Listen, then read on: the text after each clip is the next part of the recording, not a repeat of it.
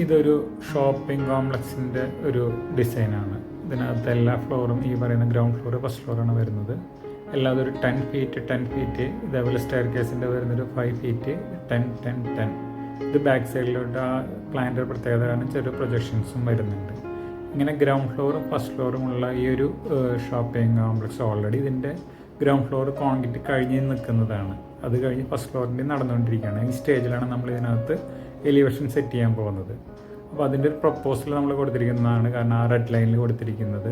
അതേപോലെ തന്നെ ആ ഫ്രണ്ടിൽ ലെഫ്റ്റ് സൈഡിൽ കുറച്ച് ഏരിയ നമ്മൾ സ്റ്റെയർ റൂമും അതേപോലെ പൊങ്ങി നിൽക്കുന്നൊരു സ്ഥലമുണ്ട്.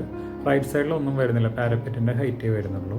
അപ്പോൾ ഇങ്ങനെ വരുന്ന സംഭവത്തിൻ്റെ നമ്മളൊരു 3D എലിവേഷൻ ചെയ്തെടുത്തിരിക്കുന്നതാണ്.